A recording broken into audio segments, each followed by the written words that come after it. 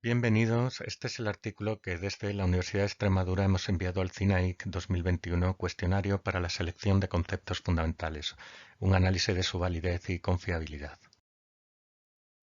Brevemente, una pequeña presentación del grupo Ciberdidact. Nos dedicamos a la didáctica y a la aplicación de las TIC a la educación, y los autores que aparecen en pantalla pertenecemos al Departamento de Ingeniería de Sistemas Informáticos y Telemáticos en el campus de Mérida. Nuestro trabajo tiene su origen en la teoría de conceptos nucleares. Esta teoría intenta representar la estructura cognitiva de los alumnos de una manera gráfica. Por tanto, partimos de una concepción de una organización geográfica del conocimiento, es decir, no jerárquica. Nosotros dibujamos, expresamos la representación de las distancias entre conceptos que los alumnos nos expresan y nos marcan, los conceptos nucleares que no tienen por qué ser los más generales o los más importantes.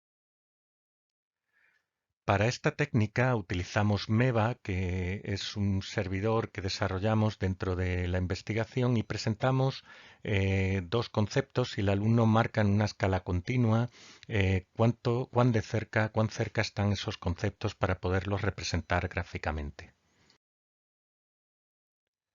Partimos de la base de que el concepto es una pequeña estructura relativamente estable de elementos interrelacionados. La forma de representar o seleccionar los conceptos mediante a los que cuestionamos los alumnos, pues es un tema abierto y es lo que pretendemos abordar en esta investigación.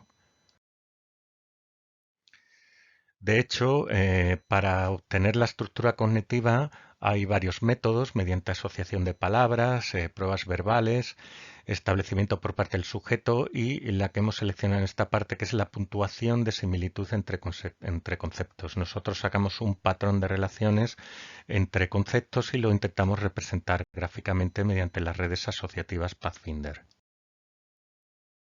Esto claramente presenta un problema a la hora de ofrecer los conceptos a los alumnos, porque o están previamente preestablecidos o tenemos que determinar de alguna manera cuáles son esos conceptos sobre los que queremos cuestionar.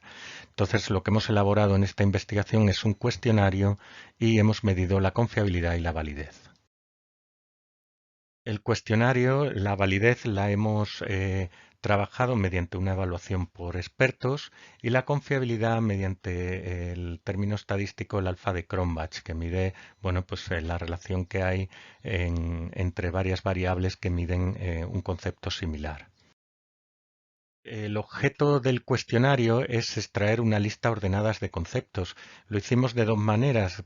Primero, de una manera libre, donde el alumno introducía un texto libre y lo ordenaba, y otro mediante ordenación. Le dábamos una serie de conceptos muy amplia y el alumno lo ordenaba a su criterio. El problema que nos encontramos con el cuestionario con la lista libre es que el texto libre introduce mucha indefinición. A veces el mismo concepto es expresado de distintas maneras por los alumnos y realmente llega a ser un problema en la redacción y la definición particular de cada alumno. Finalmente, lo que decidimos es una lista ordenada, una lista de conceptos que además nos permitía introducir una lista mucho más amplia de conceptos, y el alumno ordenaba la tabla según su criterio de importancia o de cercanía.